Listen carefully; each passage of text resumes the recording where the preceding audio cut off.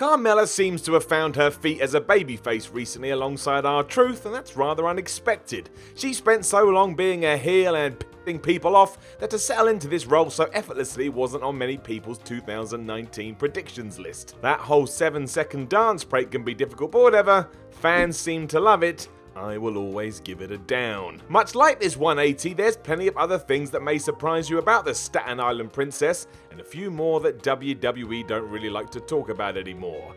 As ever, that's where we come in, like a train of destruction. I'm Simon from WhatCulture, and this is 10 things WWE wants you to forget about Carmella. Number 10, her father was a WWE jobber. Seems like a mean term in 2019, given that so-called jobbers still make it to TV. WWE wants me to do the favors for Elias, for example. Count me in. I will look at those damn lights. But according to wrestling databases, Paul Van Dale, who was indeed Carmella's dad, was a wrestler who made his last appearance on WWE Superstars in 1995, where he teamed with Tim McNeely in a losing effort against the Blue Brothers. Furthermore, he worked as an enhancement talent throughout the 80s too. To date, WWE has never mentioned this, or at least hasn't hinted that Carmella has a wrestling lineage. It could be as that plays into the character better, or maybe the fact because he mostly lost, it doesn't really tie into a narrative they want to tell. A princess wouldn't have a king that never won. Paul has appeared on Total Divas a few times, but that's it. Nothing on NXT, nothing on SmackDown. If you do go and put your searching boots on, you will find plenty of Carmella interviews where she does talk about watching WWE with her dad as she was growing up. Wrestling, people, bringing everyone together. Number 9, she used to be the third wheel in Enzo and Cass. At one point in time, the focus was squarely on Enzo and Cass when it came to that team. WWE quickly forgot they were paired with Carmella down in NXT after they were called up, a decision that annoyed the WWE universe. How could she be left behind without even a word of explanation? As it turns out, it was the best decision possible. WWE went very quiet about that trio as soon as Enzo and Cass had arrived on Raw, and in hindsight, thank goodness they did. Both of their careers imploded for different reasons, whereas Carmella kept going from strength to strength. Not bad for someone who was once called the third wheel. Yeah, right. Obviously today no one is going to talk about this because 1, they don't want to reference Enzo and Cass, and 2, Carmella is better than all that. She's her own performer and surpassed what everyone expected. From valet to valuable member of the roster, you just never know what's going to happen in the WWE. Number 8, the Welcoming Committee.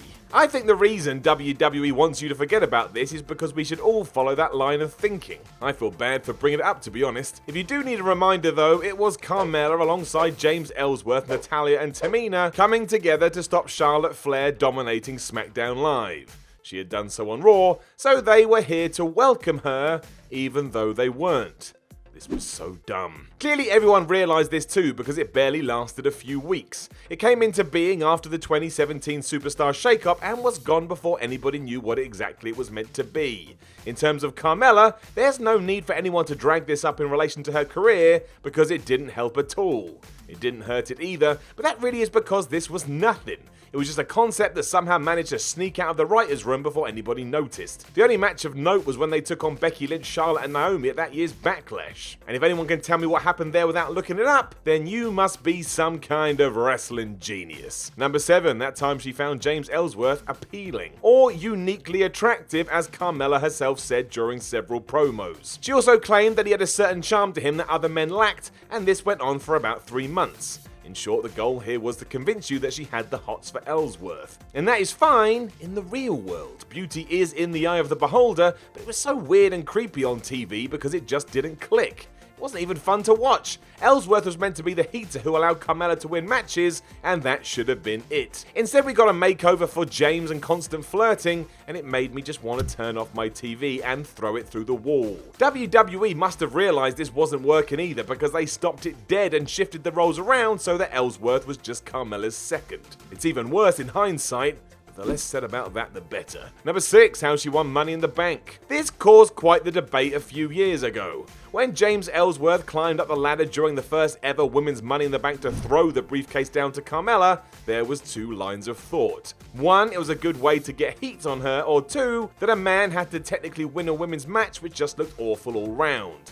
That was doubly bad because it was also played for laughs. Whoops. This flew in the face of WWE telling everyone beforehand how historic this event was going to be and how it was meant to be another step in the women's revolution. Then some moron who dressed like a 12-year-old did all the heavy lifting.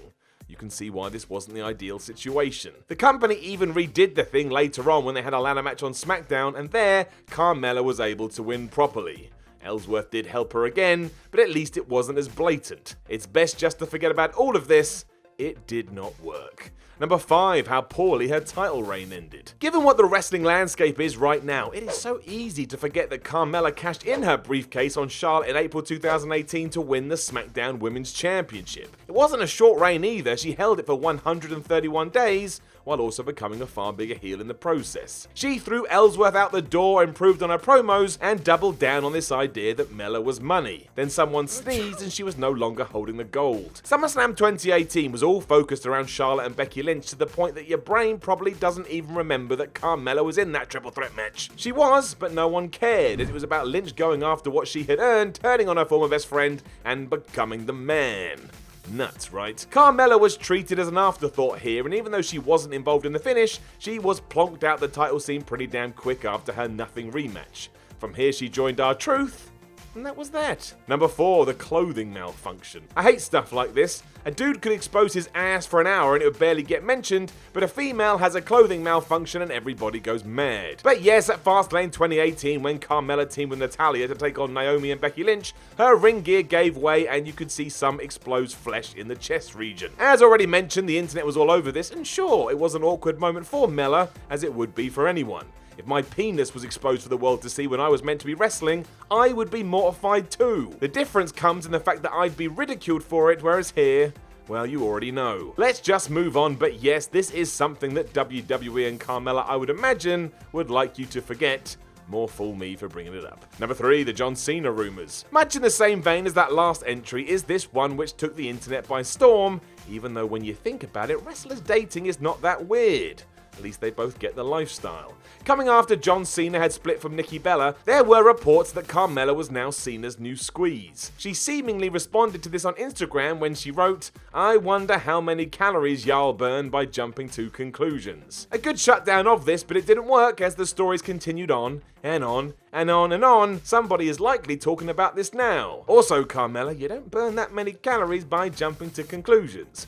Just so you know. It was put to bed when the rumours were quashed, but by then, social media had gotten a hold of it. When had they started to see each other? How long had it been going on for? And could Carmella actually see John Cena? Given how high profile John and Nikki had been, including that WrestleMania moment, it's unlikely WWE were pleased when it blew up like it did. I don't think it would get as much noise now, simply because enough time has passed since all our worlds were destroyed when Bella and Cena called it quits. But back then, damn. Number 2, the Saudi advert. WWE's relationship with Saudi Arabia has been controversial at best. Taking hold of 2018 and taking us on a horrible roller coaster, one of the big issues was that women wouldn't be able to appear on the card. That isn't great. What was strange was that during the Greatest Royal Rumble, Carmella popped up mid-show on an advert. She was dressed as you'd expect her to be, and that caused an angry outburst from the event's organisers, who even went and publicly apologised. Sasha Banks, Naomi, Alexa Bliss, Becky Lynch and others were shown in the commercial too. It was hardly racy stuff. It was just a video that featured some women. If you want to break it right down, Mella was just sipping from a water bottle in her ring gear.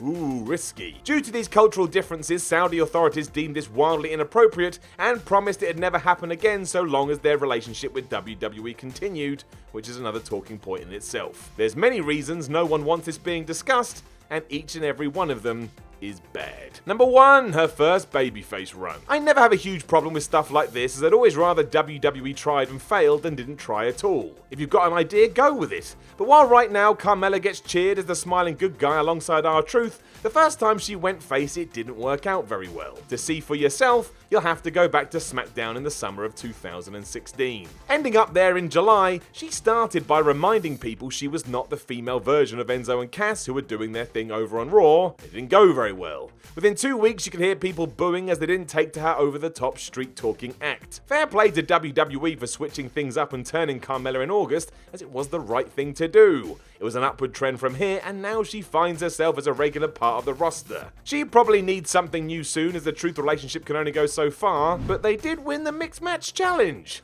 not the end of the world. Know of anything else that WWE wants you to forget about Carmella? Let us know in the comments below, and don't forget to like, share, and subscribe. Then head over to WhatCulture.com and read yourself some articles, and follow WhatCulture on Twitter at WhatCultureWWE.